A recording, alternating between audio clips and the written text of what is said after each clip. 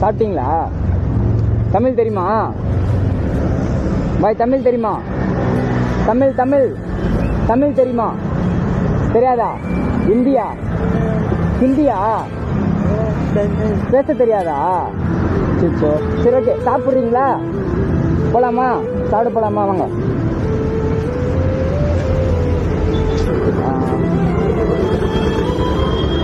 சரி, எந்த ஊர் எந்த ஊர் எந்த ஊர் தெரியலையா?